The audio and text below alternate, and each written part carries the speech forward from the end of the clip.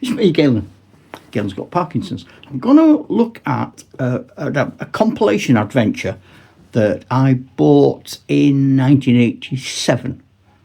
And it's the attempt by Dungeons and Dragons to acknowledge that individual Dungeons and Dragons games are starting to lag behind what we as gamers wanted. In other words, campaigns, links from game to game. Normally, at the end of an adventure, you'd have however long before you and your friends had another adventure, and you might be the same party. People who didn't survive might have a new character, but generally you would be the same party with the treasures and the loot and the weapons and spells that you'd acquired in the previous adventure. And the journey between the two adventures was assumed safe. So you just popped up somewhere else. It wasn't really until the old world came along that someone did a map and said, if you buy these figures from Games Workshop Empire, that's where they live. And if you've got Skaven, that's where they live. Dungeons and Dragons hadn't done that. So the worlds were diverging, and people liked campaigns. Now, I made my own campaigns, but they were always set somewhere.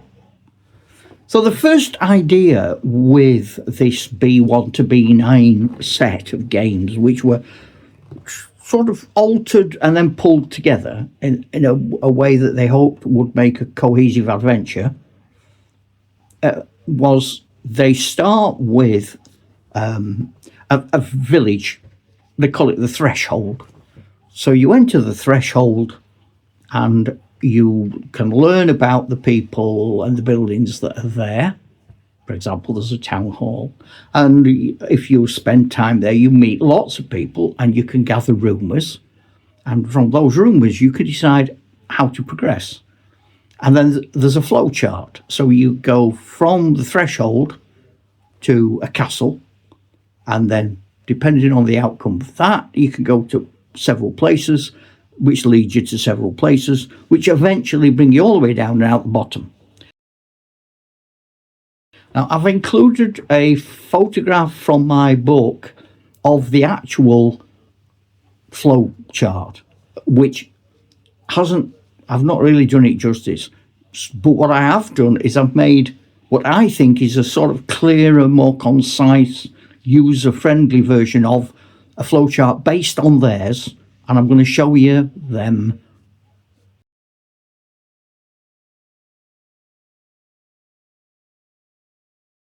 And so, to give you an idea of how it works, a chap has bought Castle Caldwell, and it has been inhabited by monsters. You're hired as a team of adventurers to go and clean out the monsters so that he can take up residence. It was originally part of a number of short adventures, some of which appear in this game, B1 to B9. It was designed by a guy called Harry Nuckols, Nuckols. There were 5 short adventures, including things like one was called The Clearing in the Forest, and altogether they comprised this. So what they've done is they've taken the series of short adventures and they've basically torn them to pieces, and then some appear in this as other modules later on, and some are left as they were. So like Castle Caldwell exists as an introduction, and then from that you move on, assuming you are still alive. The levels of the role plays in here are meant to be 1 to 3, and the idea is, I think the idea was to bring people back or to introduce new people to Dungeons and Dragons, because it was maybe flagging a bit. We'd moved on. People who started doing Dungeons and Dragons, it's a UK 1978 I got. It was the Giants saga. I wasn't it? 3 of them, Hills, Giant. There were 3 I think they were G1, G2, G3, because I know the Tomb of Horrors was special, and that was for the first Dungeons and Dragons convention. And Gary Gygax wrote it for people he knew who were very good at Dungeons and Dragons, which is why the Tomb of Horrors is horrendously difficult, because the people played it were experts and he wanted to give them a challenge. This is not. This is 1 to 3 level. Dungeon Master Guide this is how to be a Dungeon Master. It takes you right back. It ignores the fact that you might have been playing, like me, for 5 years. You are new to the thing. Here's an introduction. Here we start afresh. The whole campaign business is a new idea. Now, assuming you did Caldwell's Castle successfully, you have an escape route. Your next mission takes you directly to a game called the Hall of Rock.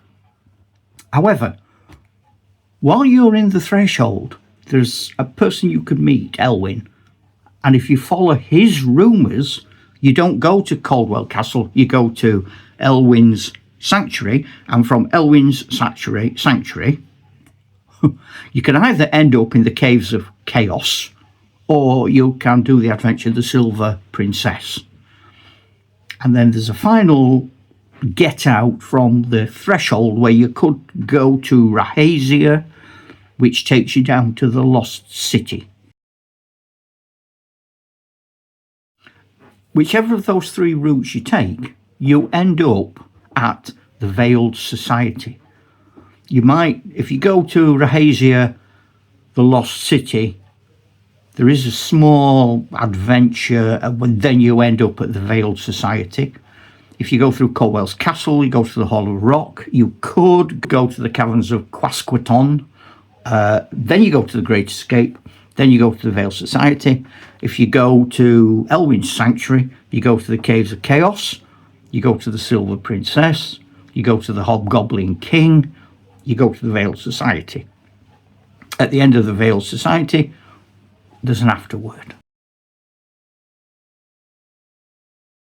Throughout the book, there are places where the Dungeon Master can run the game to make it feel like more of a campaign. So you might send the party after the castle adventure through a forest where again, it's like a sort of mini adventure outside.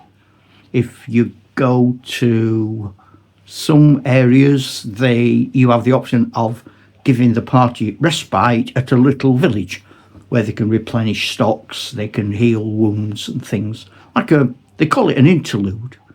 I don't know if anybody comes on playing music, but it's a way of taking the game outside, because pre this, Dungeons and Dragons games happened indoors. They were enclosed in caves, or they were enclosed in temples, they were enclosed in castles. You weren't wandering around aimlessly around woodland. You as a party couldn't just say, I'm going up that hill, because the Dungeon Master might say, I've not written anything that happens up that hill.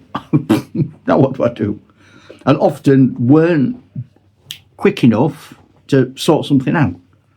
I remember when I first started running dungeons back in the 70s, late 70s, it was a nightmare when you go into a room with 4 doors and you'd have a party of 8, and the 2 would go down through every door, but they'd all go in different, and that'd lead them somewhere else. So very after that, you think, how do I stop them doing that? I've got my can I have 1 door now, or let's have some fake doors, or kill them. I don't know what to do. We can't. Or it happens in the Tomb of Horrors. So if you go through this mist without dealing with the light puzzle, you appear deep in the dungeon with no reference point. But what do you do then? Do you say to that person, well, you're going to have to go now, and if this lot ever get to that room, we will catch up? Or it's very difficult. It's very difficult when you've got a party of adventurers and you want to keep the thing clicking when somebody disappears and reappears in a room miles away. It happens, but, we've all done it.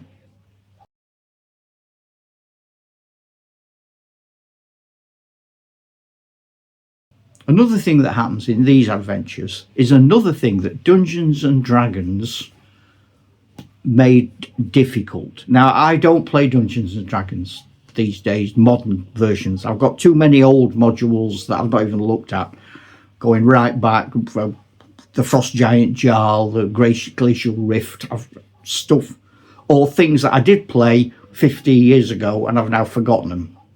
Well, 45 years ago.